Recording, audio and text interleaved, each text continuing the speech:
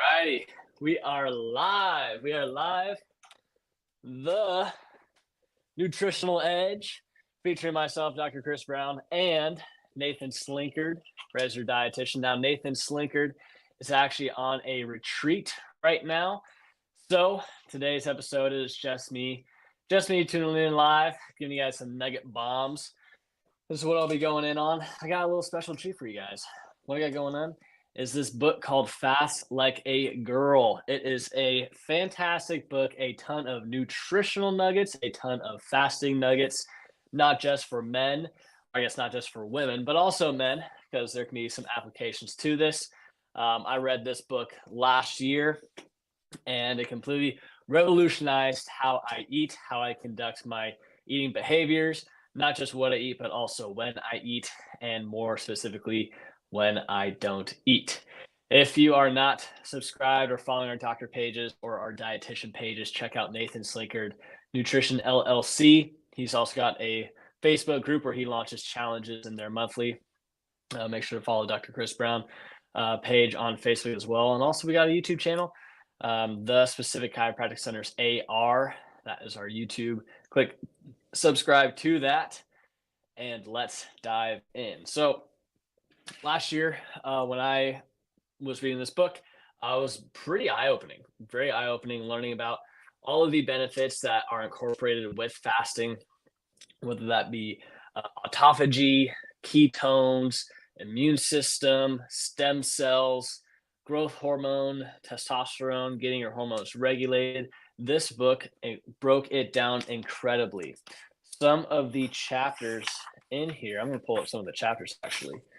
Some of the chapters in here: building a fasting lifestyle unique to you, the healing power of fasting, metabolic switching, fasting cycle. There's even protocols for different types of health conditions that that fasting can benefit for. So like there's ones for chronic fatigue, there's ones for thyroid conditions, there's one for autoimmune conditions, there's one for fertility, there's one for type 2 diabetes, brain health, immune system, adrenal fatigue.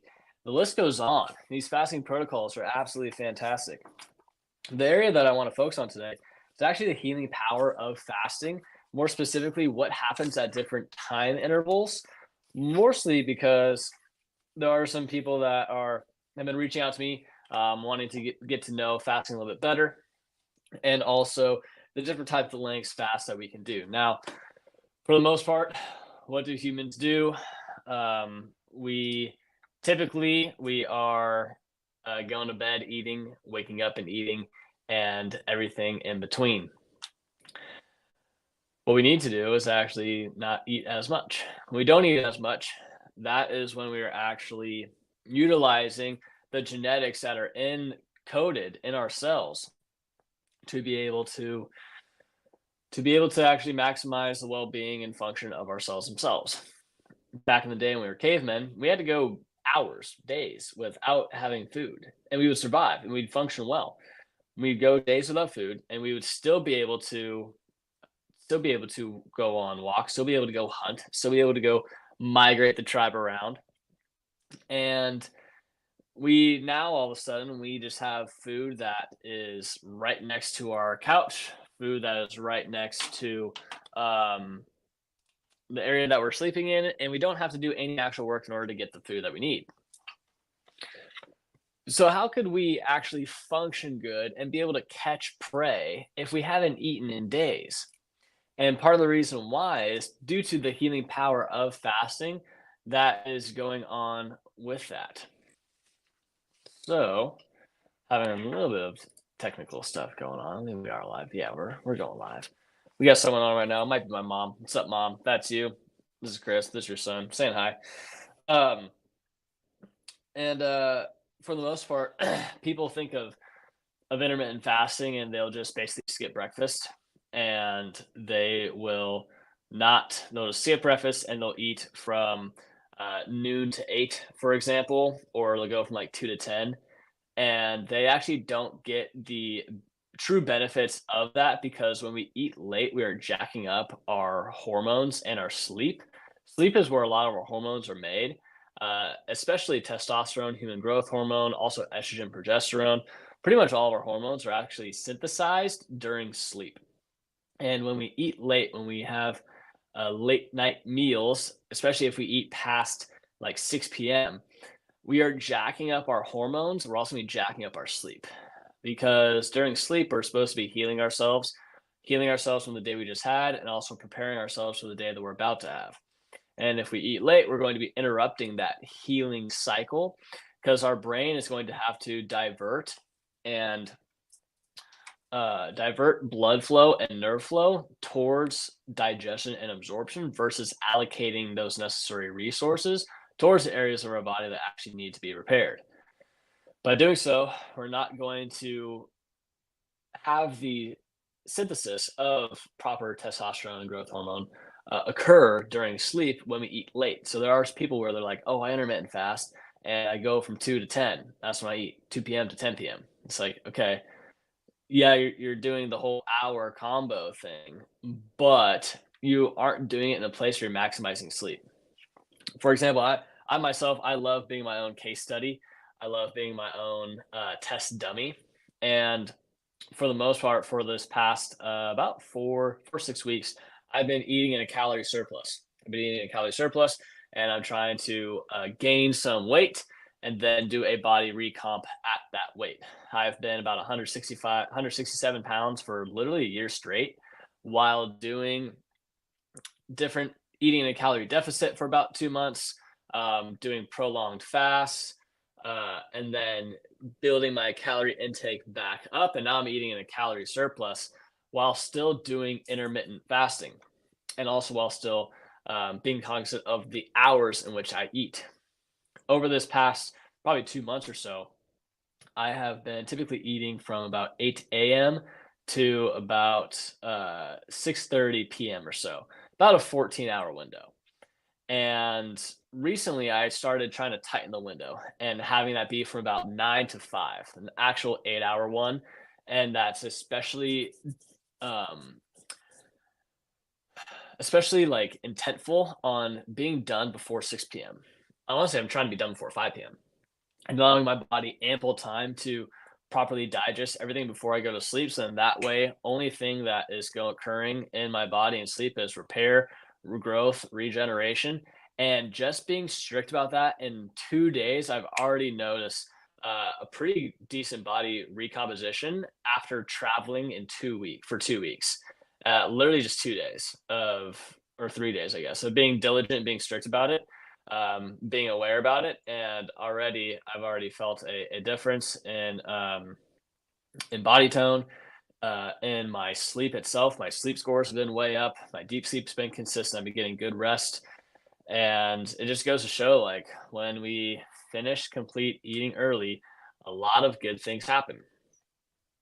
And I'm still consuming the same amount of calories. I mean, I measure out my calories day in and day out, and I meal prep for a week at a time, and I'll allocate all my food every single day. All my days are prepared, and mute myself. All my days are prepared, and when I actually complete eating earlier, the next day I feel slimmer, even though I ate the same exact amount as I did before. I'm just compressing the time interval and expanding the time in which I'm in a fasted state. That's more so what we're doing. It's more so what we're doing is we're actually expanding that amount of time in a fasted state because more physiologic beneficial actions are being activated.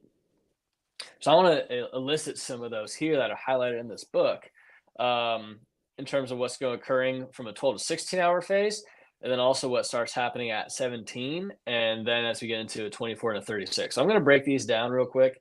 That's going to be a main chunk of this episode. And then actually we'll probably get off a little bit earlier just because Nathan's not here at the moment. But there are tons of benefits with fasting itself. Probably the most notable ones that are listed in this book. This is coming directly from Fast Like a Girl, right here by Dr. Mindy Pels. Tremendous read. If you are a woman, I highly encourage you to read it or check out her YouTube channel. It's incredibly built out. But some of the benefits of doing any types of fasting include ketones, increased mitochondrial stress resistance. Those are our little energy factories in all of our cells, so we're making them more resistant, more resilient. Increased antioxidant defenses, so when we have toxins come in, we're able to better filter them out. Increase autophagy. That is when our bad cells that are in our body, they're actually receiving the communication saying, hey, I need you to self-destruct in a very clean way. So all of our bad cells will start getting removed and filtered out. Increase DNA repair. So when we have oxidative stress, when we intake things or do things that are negative towards our body, that will stress out the areas in our cell that deal with DNA replication. And that can also damage DNA that's being replicated. Typically, when DNA that's being replicated is damaged, that's what's going to result in bad gene expression. Here's a really awesome fact for you guys: 95% of things that are coined genetic are actually epigenetic, which means it's environmental. Our environment has a bigger role on what genes are being expressed versus the actual genes themselves. We all pretty much have the same genes. For the most part, we all have the same genes. It's just a matter of which one is being expressed and which one is not being expressed. We all have cancer genes. Every single one of us has 2 cancer genes. And for those of us who don't get cancer, it just never got expressed. For those who did get cancer, they do get expressed, and that's what causes those cells to replicate in the first place. What can cause those genes to be expressed? Typically, that's a stressful environment.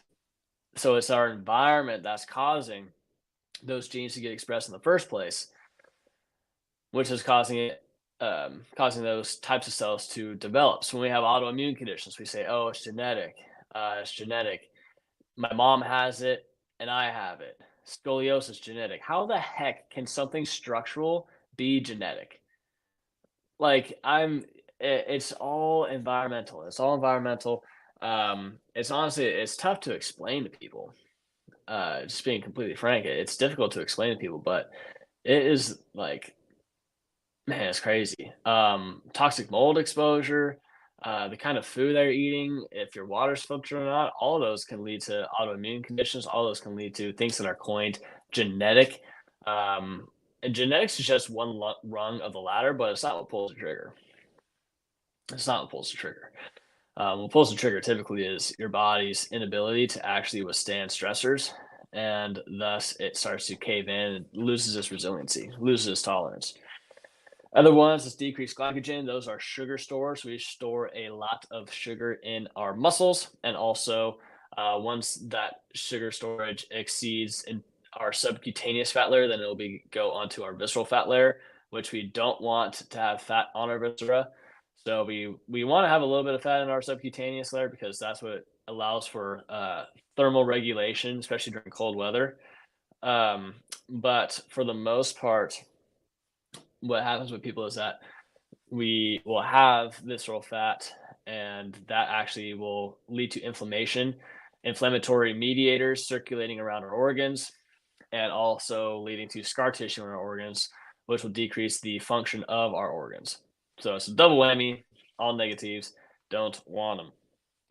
Lastly, decrease insulin. That is beneficial because high insulin leads to high insulin resistance. Decrease mTOR, that is a growth pathway. And we don't always need to be in a growth pathway. Sometimes we need to be in a removal pathway, actually more often than not. And also decrease protein synthesis. Sometimes if we're doing that way, way, way too much, then that can result in some negative outcomes. So those are some of the benefits of healing itself. Yeah, increased growth hormone production, dopamine pathways. I mean, this stuff is fascinating. I need to reread this book again. 100%. I need to reread this book again. It's so cool. So I'm gonna cover different length fast real quick, and then I'm gonna hop off. Okay. If you're tuning in, say what's up. It's always nice to see some familiar faces. That'll always be a good time. Honestly, I have no idea if you guys can hear me or not. I'm just talking to my phone, so hopefully it's working. Hopefully it's working. As you can tell, oh yeah, I'm still there. There it is.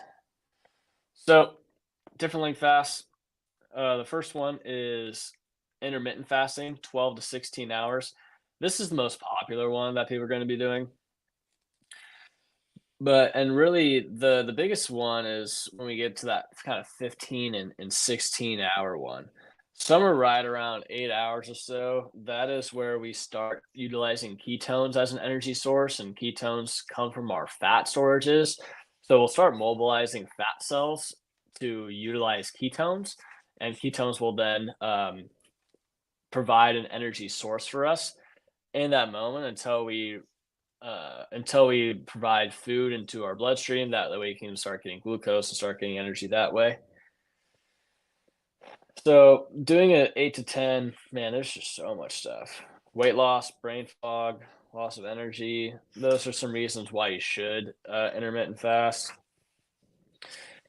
But really, it's like our entry point to fasting. Now, the cool stuff starts happening at 17. So at 17, if you're looking to detox or prevent or improve brain function, cognition, prevent a cold, maybe balance out sex hormones, that's really when we want to dip into like a 17 or a 24 and just be able to slough off any kind of bad cells we might have accumulated in our body, any kind of excess fat storages. When I do it, I typically feel a lot better, a lot lighter, a lot quicker with my movements when I have entered a 24 or 36-hour fast. Actually, I mean, even just in the past few days of me being strict about my 16, um, I've already felt a lot lighter, quicker, whippier with my body, and I've had cleaner energy and improved digestion. So it's like and improved sleep. I mean, it goes hand in hand. You get humbled every single time that you do it.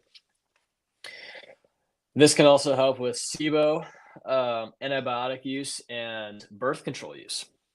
So if we're really looking to be able to resolve and maybe undo some of the damage that has been done in different lifestyles that we have had prior, dipping into fasting is an excellent way to be able to promote that. Fat burner fast. This is also a gut reset fast and also will help out with immune system cell reboot that occurs at 36 hours. So a little bit of a fat burner fast, but the cool one's one of my favorite ones. I haven't done it in a while, and I think I will do it probably in a couple weeks or so. Um, After a trip is a dopamine reset fast. So this is 48 hours. It'll reboot dopamine levels. It'll reduce anxiety levels. And what happens is the receptors in our brain that deal with mood, emotion, behavior regulation, especially dopamine. Dopamine is our addiction center. That's why it's super hard for us to resist having sweets, having desserts, having those tasty things that may taste good in the moment, but doesn't actually cause us to feel good later on.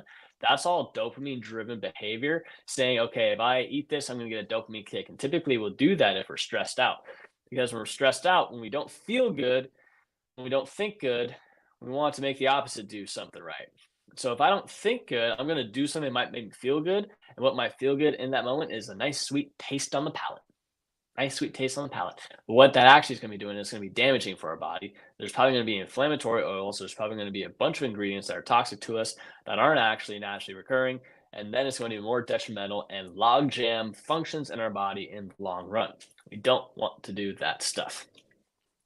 Now, if we are rebooting our dopamine levels, rebooting our dopamine receptors, what's going to happen is we're going to get bad dopamine receptors. They're going to get removed and recycled and regenerated. And then we're going to get actual healthy, clean ones replaced back onto those receptors.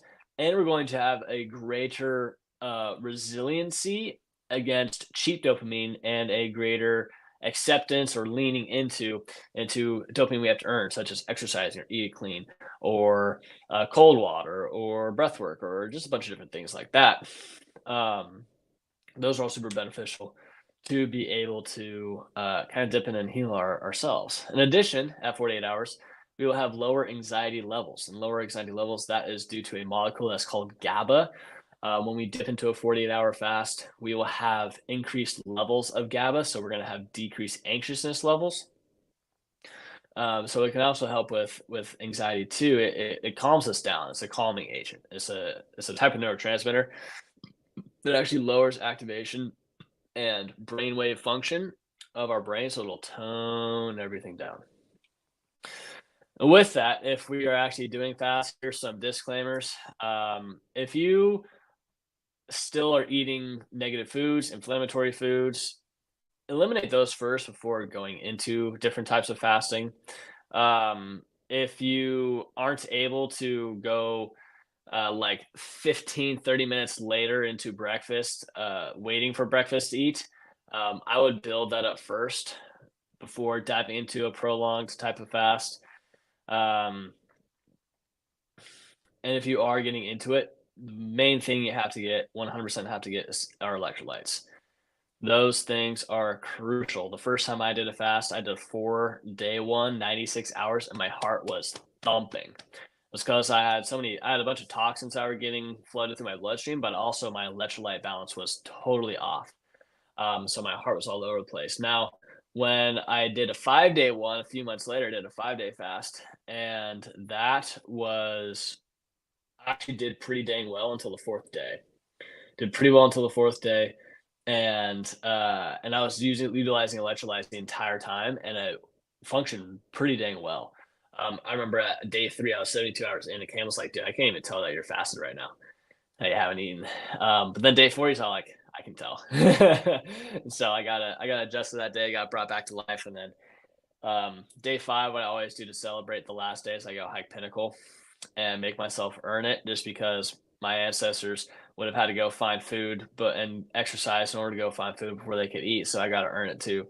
Um, but at that 72-hour mark, the reason why I went past 72 is because of a few things. We get cancer. We have anti-cancerous effects at that time because cancer cells feed off of sugar. We also have stem cells getting released from our white blood cells. So we have stem cells getting released. We'll have a complete reset of our white blood cells, of our immune system. It'll be stronger, more formidable. Those are really 3 of the big bang hitters, thus resulting in an ease of a chronic condition or maybe prevention of a chronic condition, and also anti-aging effects as well. So this stuff is powerful.